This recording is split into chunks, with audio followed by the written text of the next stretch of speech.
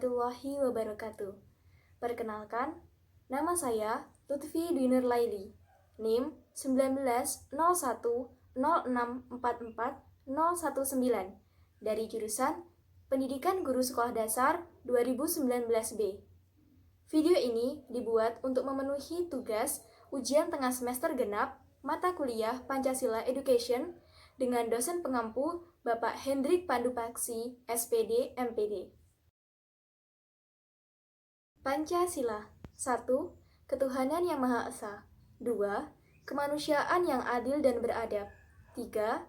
Persatuan Indonesia 4. Kerakyatan yang dipimpin oleh hikmat kebijaksanaan dalam permusyawaratan _perwakilan 5. Keadilan sosial bagi seluruh rakyat Indonesia. Nilai-nilai yang terkandung dalam Pancasila. Sila pertama, menegaskan bahwa bangsa Indonesia adalah bangsa yang bertuhan dan memberikan kebebasan untuk memeluk dan meyakini agama dan kepercayaannya dengan tetap saling menghargai dan menghormati. Sila kedua, menegaskan bahwa negara Indonesia adalah negara bangsa yang merdeka, bersatu, berdaulat, menuju kepada kekeluargaan bangsa-bangsa di dunia dan merupakan bagian dari kemanusiaan universal dengan menjunjung tinggi hak asasi manusia sesuai dengan nilai kemanusiaan dan keadilan. Sila ketiga menegaskan bahwasanya Negara Kesatuan Republik Indonesia didirikan bukan hanya untuk sebuah golongan ataupun sebuah kelompok, melainkan untuk seluruh rakyat Indonesia. Dan persatuan Indonesia adalah menghormati perbedaan dan keragaman yang ada dalam masyarakat Indonesia. Sila keempat menegaskan bahwa negara Indonesia adalah negara demokrasi yang mengakui dan menjunjung tinggi kedaulatan rakyat dan dalam mengambil keputusan menggunakan jalan musyawarah untuk mufakat. Sila kelima menegaskan bahwasanya negara Indonesia didirikan dengan sungguh-sungguh untuk memajukan kesejahteraan masyarakat Indonesia baik lahir maupun batin dengan berkeadilan. Hubungan antara Pancasila dan agama haruslah saling menunjang, saling mengokohkan, dan saling menguatkan. Keduanya tidak bertentangan dan tidak pula dipertentangkan. Kita tidak boleh memilih salah satu, kemudian membuang yang lainnya. Seperti halnya roda kereta api. Harus berjalan beriringan. Apabila salah satunya saja dihilangkan, maka sudah pasti kereta api tersebut tidak akan berjalan dengan semestinya. Sehingga Pancasila dan agama harus kita gunakan secara bebarengan dalam kehidupan kita. Selain itu, Pancasila dan agama memiliki hubungan dalam prinsip ketuhanan. Hal ini bisa dilihat dari Pancasila sila pertama. Di sila pertama ini menggunakan bahasa yang umum, karena seperti yang kita tahu bahwa Indonesia memiliki agama yang beragam.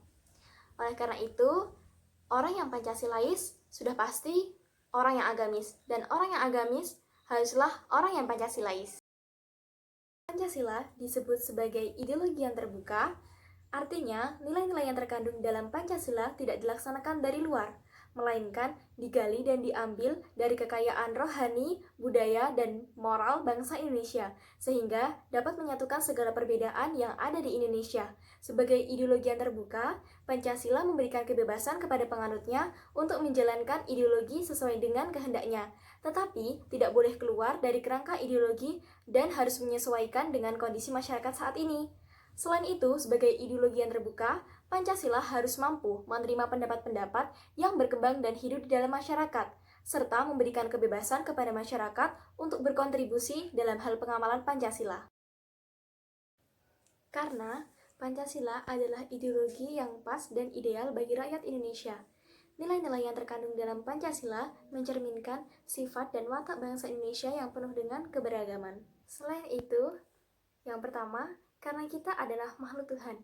Hal ini tercantum dalam sila pertama. Kita harus percaya bahwa semua itu adalah ciptaan Tuhan. Dengan menjalani semua perintah Tuhan dan menjauhi segala larangannya, maka hidup kita akan benar. Dan dalam menjalani hal tersebut, kita tentunya harus mempunyai pedoman, yaitu Pancasila dan agama. Yang kedua, karena kita hidup bersama dengan manusia yang lain. Hal ini tercantum dalam sila kedua. Sebagai makhluk sosial, kita tentu tidak lepas dari yang namanya membutuhkan orang lain, sehingga dalam hubungan membutuhkan orang lain ini, kita memerlukan pedoman, yaitu Pancasila. Yang ketiga, karena kita beraneka ragam. Hal ini tercantum dalam sila ketiga. Kadang, banyak perbedaan justru menimbulkan banyak permasalahan, sehingga kita membutuhkan alat pemersatunya, yaitu Pancasila. Yang keempat, karena kita pasti punya masalah. Hal ini tercantum dalam sila keempat. Dalam kehidupan ini, kita tidak akan lepas dari yang namanya masalah. Oleh karena itu, kita harus mempunyai pedoman dalam menyelesaikan atau menghadapi masalah tersebut. Dan yang kelima, karena kita ingin diperlakukan dengan adil.